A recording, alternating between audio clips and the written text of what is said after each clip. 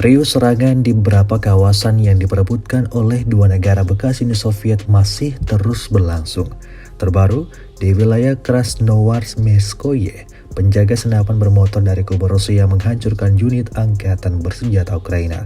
Rekamannya ramai beredar di media sosial Telegram Rabu 18 Desember 2024. Awak mortir dan peluncur granat AGS-17 Lamia, serta operator drone penyerang dari Batalion Atlan dari Brigade Senapan Bermotor Pengawal ke-35 menghancurkan kendaraan tempur lapis baja, titik tembak, pos pengamatan, serta anggota militer Ukraina.